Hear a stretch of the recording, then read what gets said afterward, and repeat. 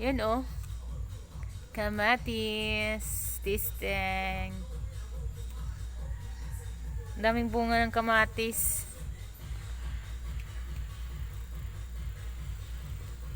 Bim, sampulan natin. Kainin natin. Isa.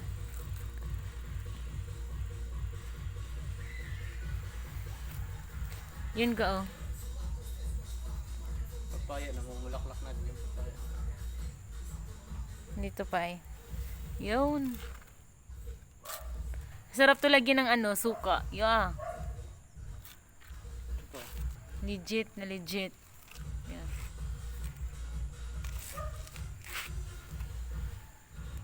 Ito talaga yung ano, yung marami. Ito oh. Yun.